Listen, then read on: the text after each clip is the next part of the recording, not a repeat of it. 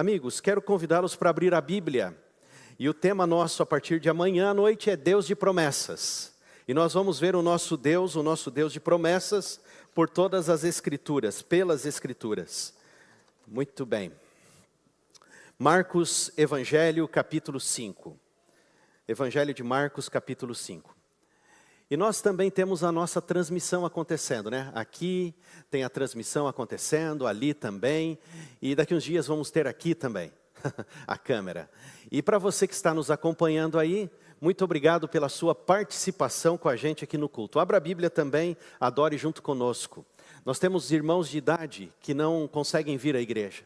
E já fizemos algumas transmissões testes, né, Júnior? Aqui, algumas transmissões testes. E eles já assistiram. E a gente já louva o nome de Deus por isso, para podermos alcançar também. Marcos, o Evangelho, capítulo 5. Eu gosto muito desse texto da palavra de Deus. Marcos 5, verso 1. O texto bíblico diz assim: Entre mentes chegaram à outra margem do mar, a terra, diz a palavra de Deus, dos Gerazenos. Ao desembarcar, diz a palavra, logo veio dos sepulcros ao seu encontro um homem possesso de espírito imundo, o qual vivia nos sepulcros. E nem mesmo com cadeias alguém podia prendê-lo, porque tendo sido muitas vezes preso com grilhões e cadeias, e as cadeias foram quebradas por ele, e os grilhões foram despedaçados, e ninguém podia subjugá-lo. Andava sempre, diz a palavra de Deus aqui no verso 5, de dia e de noite, chamando, clamando por entre os sepulcros e pelos montes, ferindo-se com pedras. Quando de longe viu Jesus, correu e o adorou, exclamando com alta voz: Que tenho eu contigo, Jesus, Filho do Deus Altíssimo? Conjuro-te por Deus, que não me atormentes. Porque Jesus lhe dissera: Espírito imundo, sai desse homem. E perguntou-lhe: Qual é o teu nome? Respondeu-lhe: Legião é o meu nome, porque somos muitos. E rogou-lhe encarecidamente que não os mandasse para fora do país. Ora, pastava ali pelo monte, diz a palavra, uma grande manada de porcos. E os espíritos imundos rogaram a Jesus, dizendo: Manda-nos para os porcos, para que entremos neles. Jesus o permitiu. Então, saindo, os espíritos imundos entraram nos porcos, e a manada, que era cerca de 2.000, precipitou-se despenhadeiro abaixo, para dentro do mar, onde se afogaram. Os porqueiros fugiram, e o anunciaram na cidade e pelos campos. Então saiu o povo para ver o que aconteceu. Indo ter com Jesus, verso 15, viram um endemoniado, o que tivera a legião, assentado, vestido em perfeito juízo, e temeram. Os que haviam presenciado os fatos contaram-lhe o que acontecera ao endemoniado e acerca dos porcos, e entraram a rogar-lhe que se retirasse da terra deles.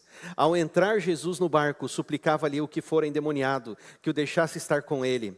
Jesus, porém, não lhe permitiu, mas ordenou-lhe: Vai para a tua casa, para os teus, anuncia-lhes tudo o que o Senhor te fez, e como teve compaixão de ti.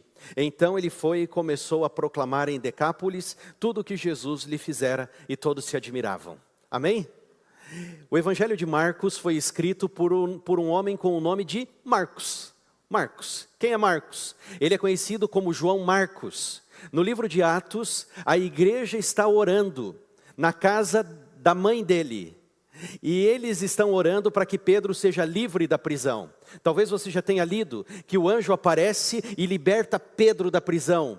Pega na mão de Pedro, tira ele, passa por portões e deixa na rua da casa da mãe de Marcos. O texto diz assim: João Marcos é o companheiro também de Paulo e Barnabé. E ele é a razão de uma divisão entre dois líderes da igreja, Paulo e Barnabé. Eles formam duas duplas separadas agora. João Marcos vai com Barnabé, que é seu tio, e Paulo vai com Silas pregar o evangelho. João Marcos, ele está em Roma, e Pedro, no livro de que ele tem essa autoria, Pedro escreve assim na carta de Pedro: Marcos é amado, tipo, Marcos é do meu coração, Marcos é meu filho. E é Marcos que escreve o evangelho baseado na experiência de Pedro. É o único evangelho que Pedro não é um falastrão assim, alguém que fala demais, fala sem pensar, impulsivo demais. É o único evangelho que Pedro deixa de ser um herói para ser um comum, dependente da graça de Cristo. E é através da visão de Pedro agora que Marcos escreve sobre esse homem chamado Gerazeno, Gadareno. Mateus fala sobre Gadareno. Gerazeno no Evangelho de Marcos. Jesus está indo até esta praia, uma praia. Chega com o barco com os seus discípulos após passar por uma tempestade. É Jesus que acalma a tempestade. Lembra que ele está dormindo num travesseiro? E eles acordam ele e falam: Senhor, não te importa que pereçamos? E até tem um hino do Inário Adventista que diz sobre esse tema: não se te dá, o Inário antigo falava, que morramos. Sossegai, lembram desse hino? Sossegai, sossegai, as ondas atendem ao meu mandar. É baseado nessa travessia, quando Jesus acalma a tempestade, que é baseado esse hino. João Marcos, ele escreve agora, falando que Jesus chega numa praia, e é a visão de um pescador aqui, Pedro. A Bíblia diz que ele desembarca, e só um detalhe: essa região não era de judeus. Todas as outras regiões que Jesus está, são de judeus. Mas esta aqui não é de judeus. Não é uma região onde é o povo da Bíblia. Essa região é uma região de pessoas que são chamadas pelas Escrituras de gentios. Gentios. E esses gentios cultivavam, cuidavam, pastoreavam porcos. Por isso que a gente encontra os porcos aqui. Quando a gente lê o Evangelho, fala assim: por que tem porco aqui? Porque na Bíblia não se come carne de porco. Concorda? Pode balançar a cabeça. Né? Não tem carne de porco, é proibido comer carne de porco e até tocar no porco. A Bíblia fala isso. A pessoa ficava impura cerimonialmente. Mas agora a palavra de Deus vai apresentar Jesus desembarcando numa praia, com um único propósito: encontrar este rapaz e ensinar umas lições para os discípulos dele, inclusive para nós em pleno século 21. Se você olhar, você vai ver: desembarcou, logo veio dos sepulcros ao seu encontro um homem possesso de espírito imundo. O verso 2. Esse homem morava na sepultura. Os túmulos não eram como os túmulos que vemos nos cemitérios hoje. O túmulo era na rocha, cavado na rocha, e ele dormia com os ossos, ele dormia com as pessoas mortas. E a Bíblia vai dando detalhes deste homem, das atitudes desse homem. Ele andava de dia e de noite. O que mais que ele fazia? Ele se cortava, ele se feria por causa da possessão, porque ele estava dominado, possuído pelo inimigo de Deus. O que mais que acontecia com ele? Nada podia segurá-lo, nada podia detê-lo, ninguém conseguia prendê-lo. Esse homem tinha uma força descomunal, mas não era por causa da testosterona. A força descomunal dele era por causa da possessão, por causa da dominação. Sabe que entre os judeus e os discípulos tinham esta crendice? As pessoas que eram dominadas pelo inimigo de Deus, possuídas, viviam nos desertos, nos pântanos, nos cemitérios, e esses eram os lugares da habitação do mal. Então, quando a Escritura vem dizendo: olha, ele veio do sepulcro, é por causa que também a crendice dizia que o inimigo dominava os sepulcros. E aliás, eles tinham um pouco de razão, e têm um pouco de razão, porque o inimigo se diz detentor da morte. Mas Jesus, quando veio, matou a morte, amém? Matou a morte, Jesus mata a morte. E agora a vida, e a palavra ainda diz assim, que a tradição diz assim: pessoas possuídas corriam sem destino. Você encontra tudo isso no texto. Pessoas passavam a noite no cemitério, se encontra no texto. As pessoas rasgavam as suas roupas, e ele está aqui seminu, diz o texto bíblico. E eles destruíam os possuídos, tudo que era utilizado. Jesus estava querendo ensinar para os discípulos algumas coisas. Vai encaixando as peças do quebra-cabeça. Ele vivia nos sepulcros. Aí ele vem e vê Jesus descendo do barco, desembarcando na praia. Irmãos, Jesus vai salvar uma pessoa. Jesus vai à praia para modificar a vida de uma pessoa. E ele veio à igreja hoje aqui, porque ele está aqui no templo, porque Deus está aqui. Ele veio para salvar uma pessoa, para mexer com uma pessoa. Quem saiba seja você hoje. Quem sabe é você agora, que Deus precisa mexer, trabalhar na sua mente, fazer com que você desça do muro, saia do muro e tome uma decisão, uma escolha ao lado de Cristo. A palavra diz assim, que quando ele de longe viu Jesus, no verso 6, correu, o que diz a Bíblia? E o adorou. Algumas pessoas pensam, quem adorou a Jesus? Foi o diabo que adorou a Jesus ou foi o homem que adorou a Jesus? Há um lampejo, há um risco de pensamento, e a humanidade, o inimigo dominava, mas tinha um lugarzinho, um pontinho que o inimigo não dominava, e aquele pontinho enxergou em Jesus a solução para a vida, enxergou em Jesus a libertação. Irmãos, enquanto houver um risco, nós temos que ter esperança. Enquanto tiver uma vírgula, não tem um ponto final, nós temos que ter esperança. Esperança por pessoas, mesmo a pessoa mais dominada, mesmo a pessoa mais envolvida com o mal. Se tem um risco, nós temos que ter esperança. Houve um lampejo, diz Ellen White, um lampejo, um risco de luz veio à mente e ele enxergou em Jesus a possibilidade. Só que ele vem e se ajoelha. Só que quem fala depois não é mais o homem, é o inimigo de Deus. Se você ler o texto e quiser olhar o texto comigo, no verso 7, o menino vem, adora Jesus. Mas no verso 7 a Bíblia diz assim, e exclamando com alta voz, que tenho eu contigo, Jesus, Filho do Deus Altíssimo, conjuro-te por Deus que não me atormentes. Que não me atormente. Por que o inimigo fala desta forma com Jesus?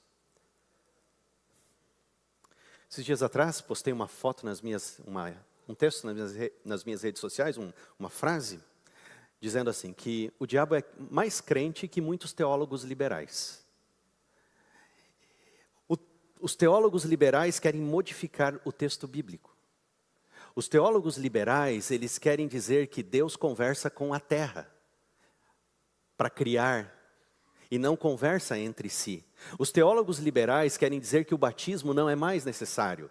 Os teólogos liberais têm dito que o sentimento é o que deve dominar o ser humano. O sentimento deve nortear a vida de um cristão e não a palavra. Só que, amigos, quem confia nos sentimentos, também deixa de confiar quando os sentimentos acabam, porque os sentimentos passam, mudam. O diabo é crente, ele crê na Escritura, ele estuda a Escritura, ele entende as profecias da palavra de Deus. Por isso, a Bíblia diz assim, que ele sabe que pouco tempo lhe resta. E ele usa uma linguagem, porque ele já sabe até o fim dele. O fim do diabo é a destruição. Irmãos, ele fala assim para Jesus, conjuro-te por Deus que não me atormentes. E o Evangelho de Mateus e Lucas fala assim, não me atormentes antes do tempo. Antes do tempo. Porque o diabo sabe que no fim do fim, ele vai ser destruído pelo fogo, e o fogo é eterno, nas suas consequências para o pecado. Ele vai ser destruído, amém? Então aqui há um encontro de Jesus, o vencedor, com um velho conhecido derrotado, desde antes da fundação do mundo, porque quando Deus anunciou, Jesus vai morrer, o diabo já foi derrotado, e ele não tem vitória. Ele tenta dominar, ele tenta massacrar você, ele tenta trazer tragédia para a sua vida, trazer sofrimento para a sua vida, porque ele sabe que que ele é derrotado e você pode ser vencedor, vencedora através de Cristo Jesus. Ele fala, não me atormentes, ele sabe que Jesus vai voltar, e os mortos que creram em Cristo, e nós temos muitos familiares que já descansam, vão ressuscitar do pó da terra, amém? Ele sabe que os vivos vão ser transformados num abrir e fechar de olhos. Ele sabe, irmãos, ele sabe que nós vivos vamos ser levados junto com aqueles que ressuscitaram para o encontro com o Senhor nos ares. E isto vai ser em breve, em breve. Sabe, irmãos, ele sabe que depois de 1000 anos vai descer a Nova Jerusalém. E vai haver a segunda ressurreição dos ímpios. Eles vão tentar dominar a cidade e Deus vai mandar fogo vir do céu, e o fogo vai consumir tudo, e nunca mais, como diz o livro Grande Conflito, na sua última página, o pecado não mais vai existir, porque o amor venceu. Amém? O amor venceu. Sabe, irmãos, quando a gente olha para a palavra de Deus e encontra o inimigo dessa forma, a gente precisa se perguntar, por que então eu não tenho buscado mais da palavra? Por que eu não tenho me alimentado, bebido mais da palavra? Por que não tenho buscado mais a palavra do Senhor? Há a libertação. Há a libertação. E a palavra de Deus diz assim, ó. E perguntou-lhe, no verso 9, qual é o teu nome? Respondeu ele, Legião é o meu nome. Qual é o teu nome? Legião. Nesse período, a Palestina estava sendo dominada por Roma. E Roma tinha suas legiões de soldados. Uma legião tinha 6.000 soldados e era composta de cavalaria e de infantaria. Quando o inimigo de Deus se pronuncia com Jesus, ele está dizendo, nós somos a dominação e nós temos poder de infantaria e de cavalaria sobre ele. Sobre ele. Jesus pergunta o nome, irmãos, nos evangelhos, Jesus nunca pergunta o nome do inimigo. Mas ele está perguntando o nome, porque diziam, na época, que um rabi, um líder, um mestre, só era mestre ao expulsar o inimigo de Deus, se soubesse o nome. Jesus estava dizendo assim, e eles acreditavam que quem sabia o nome tinha autoridade e poder. Jesus está dizendo, eu tenho toda a autoridade, todo o poder, por isso eu pergunto. Nas outras vezes Jesus não faz isso, sabe? A palavra de Deus diz aqui, ó, obrigado Rafael. Legião é meu nome, porque somos muitos. Somos muitos. Quantos eram? Pelo menos 6.000 dentro dele. Sabe, irmãos, eu estava numa igreja como essa, pregando, num culto de quarta noite, numa semana de oração, e eu fiz um convite para as pessoas virem e se entregarem a Cristo. E as pessoas vieram, começaram a vir. Só que nisso, escutei no fundo da igreja um grito, muito forte, muito alto. E alguém vindo pelo meio da igreja falando, eu vou te matar, para mim. E eu lembro da pessoa vindo, estava com outro colega, pastor também, e eu já entendi o que estava acontecendo. Só que ele falou um negócio para mim, que eu fiquei assim, boquiaberto assim, pensativo, e me deu um estalo. Ele falou assim, ó, você queria o meu colo? Eu vou te dar o meu colo, e vou matar você. Para você não tem sentido, mas eu na época, eu gostava muito de ouvir um grupo brasileiro que tinha o mesmo nome aqui, Legião. E uma das músicas que eu ouvia era essa, Quero Colo, Vou Fugir de Casa, entende? E eu ouvia bastante, eu gostava do Eduardo e da Mônica, para mim é um negócio sensacional, aquela composição. E o rapaz estava possuído. E ele falou isso. Eu pedi para os diáconos, e esses dias eu tive um treinamento com os diáconos e falei, na igreja de Deus pode acontecer isso. Então os diáconos precisam agir, como agir? Expliquei para eles. Os diáconos vieram, seguraram a pessoa porque ela se debatia muito, estava muito agitada. E eu fui com outro pastor para uma sala pastoral e orar a Deus. Minha camisa era branca, eu gosto de camisa branca. E eu estava com o paletó preto, meu paletó ficou escuro, preto, de tanto suor, de tensão. É um negócio muito horrível esse momento, é muito horrível. E orando, clamando a Deus para que ele fosse livre. Ele foi livre aquela noite. Depois de umas 3, 4 horas, foi livre. Aí a igreja permaneceu cantando hinos de louvor a Deus, e ele foi livre. E eu cheguei perto dele, porque quando uma pessoa é livre, você tem que perguntar para ela assim: Jesus é o Senhor e Salvador da tua vida? E ele vai responder: Jesus é o Senhor e Salvador da minha vida. Se ele não conseguir responder, é porque o inimigo vai voltar mais cedo ou mais tarde sobre aquela vida.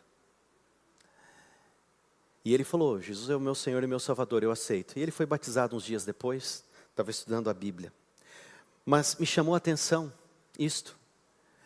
Eu voltei para casa e eu ouvia no quarto coisas caindo, derrubando, CD, na época CD, indo para o chão, na casa. Acordava, acendia a luz, não tinha nada.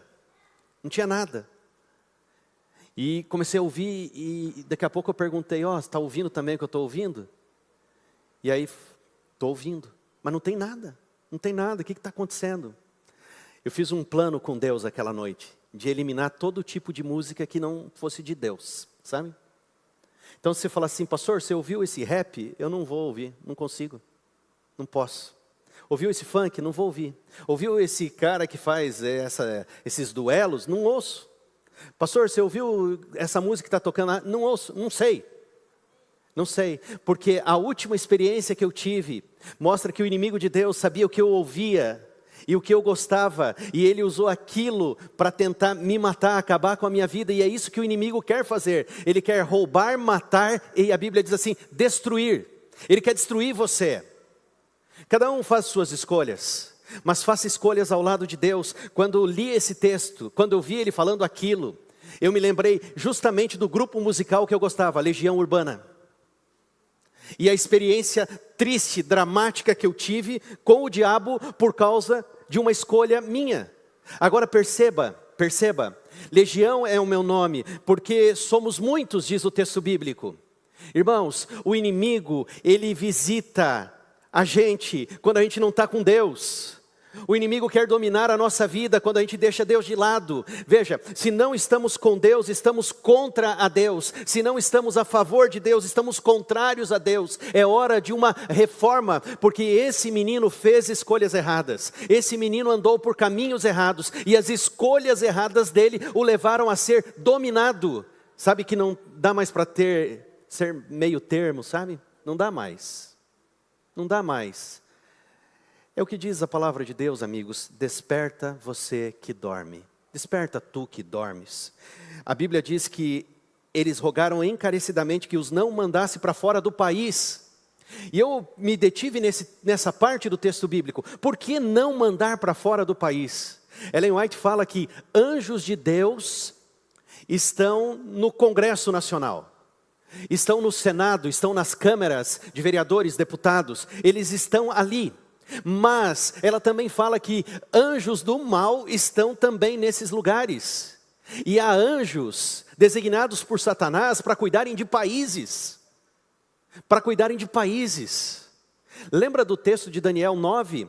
Não cheguei antes para responder tua oração a Daniel, porque o príncipe da Pérsia me resistiu, diz a palavra, muito. Há um império que Daniel está envolvido, persa, e há um príncipe da Pérsia, um anjo destinado pelo mal para este lugar. Mas ao mesmo tempo que eles influenciam, e qual o papel deles? Influenciar para que leis prejudiquem o povo de Deus, prejudiquem também a nação. Irmãos, Deus envia os seus anjos para segurar, para neutralizar a influência do mal, por causa de você que segue a Deus. Diga amém. Sabe, irmãos, não nos mande para fora do país, porque o domínio deles era aquele lugar. E aí a palavra de Deus diz assim, ali tinha porcos, passava porcos. Os espíritos imundos rogaram a Jesus dizendo, manda-nos para os porcos, para que entremos neles. Manda-nos para os porcos. 2.000 porcos. Precipitou-se despenhadeiro abaixo, para dentro do mar. E os porqueiros, diz a Bíblia, os que cuidavam da porcaria, fugiram e o anunciaram na cidade e pelos campos. Os porcos morreram. Aí a Bíblia diz que saiu o povo para ver o que aconteceu. Agora, Se você puder ir à Bíblia, no verso 15 do texto bíblico, verso 15, diz assim o texto, verso 15, é fenomenal isso aqui, porque aqui está a graça de Cristo, aqui está o poder de Jesus, aqui está a graça, aqui está a graça.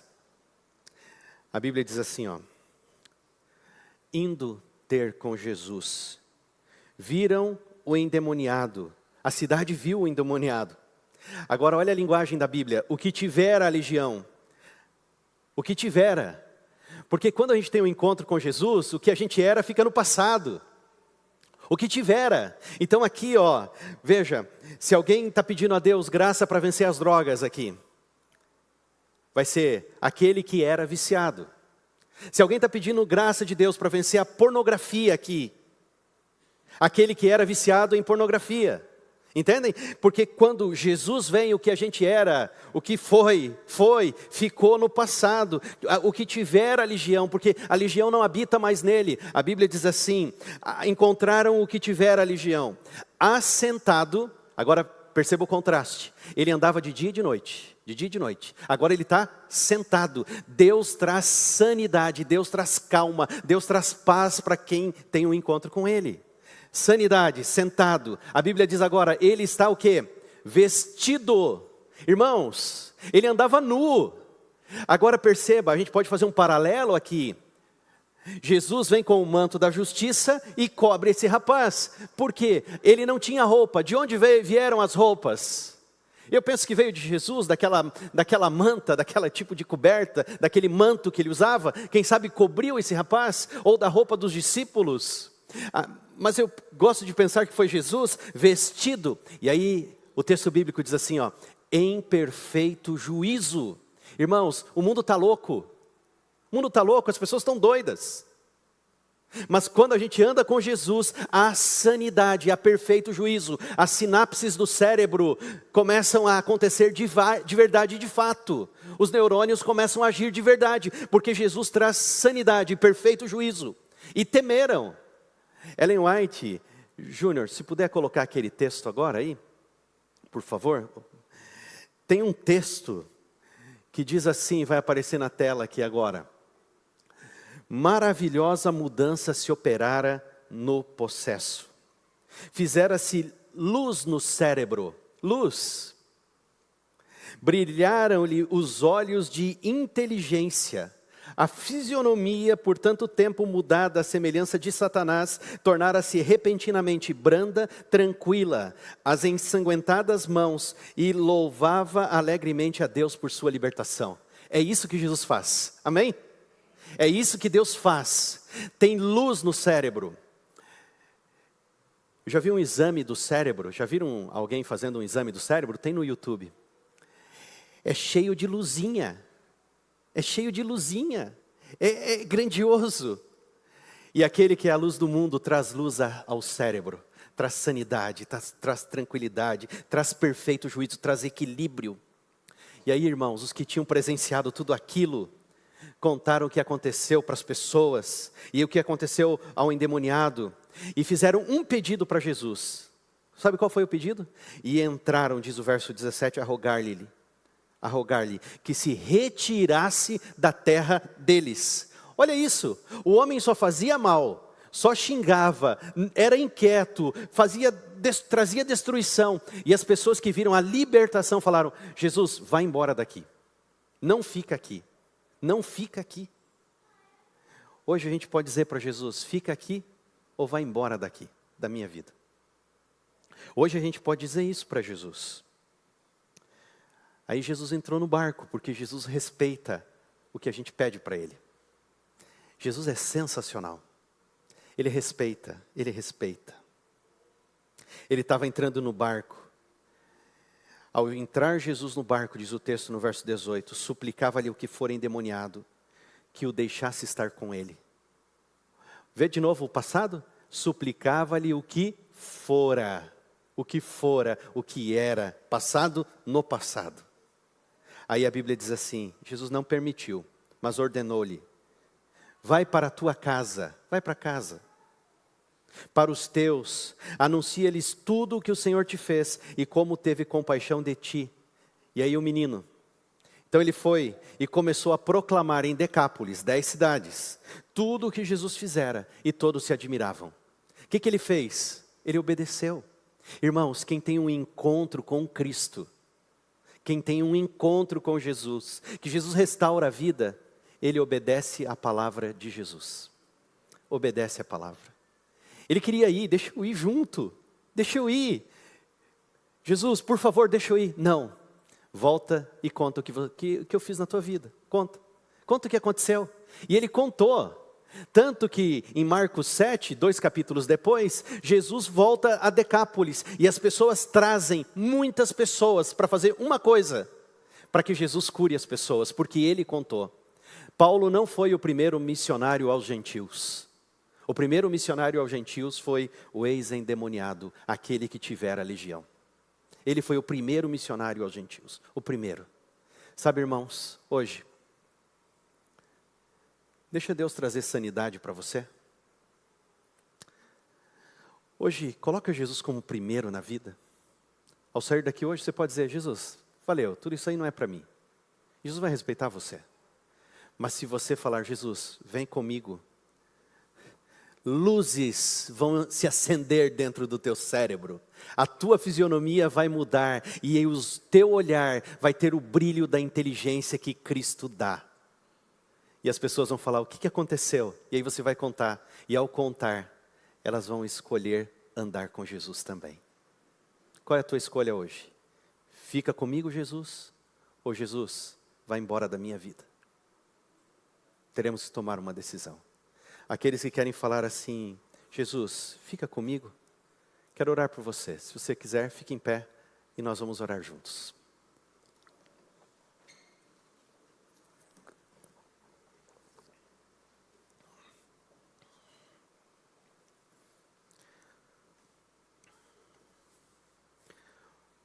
Senhor nosso Deus e Pai, muito obrigado, Senhor, pelas tuas promessas. Muito obrigado pela tua palavra viva, eficaz. Obrigado, Senhor, porque a tua palavra é tão viva que nos alcança hoje. Esse negócio, Senhor Deus, que a tua palavra, através do espírito de profecia, diz que brilhou luzes no cérebro desse menino, antes de existir a neurociência, a neurologia, da forma como temos hoje, que mostra isto, exatamente isto, que a tua palavra disse. O Senhor já estava cuidando, Senhor Deus, da saúde mental dos teus filhos. Eu sei, Senhor Deus, que quando a gente ora, quando a gente lê a tua palavra, reações acontecem no nosso corpo e principalmente no nosso cérebro. Nos ajuda a nos aproximarmos da tua palavra, a fazermos escolhas de acordo com a tua vontade, Senhor. Esse rapaz, esse homem, a tua palavra diz que ele foi vestido por roupas que vieram do Senhor. Senhor, nos veste com o manto da justiça também e cobre as nossas injustiças, perdoa os nossos pecados. Senhor, nas nossas escolhas, que o Senhor nos guie nas nossas escolhas. Nos faz, Senhor Deus, pessoas honestas, segundo a tua vontade e pelo poder da tua palavra. Obrigado porque o Senhor habita em nós e assim temos esperança de eternidade.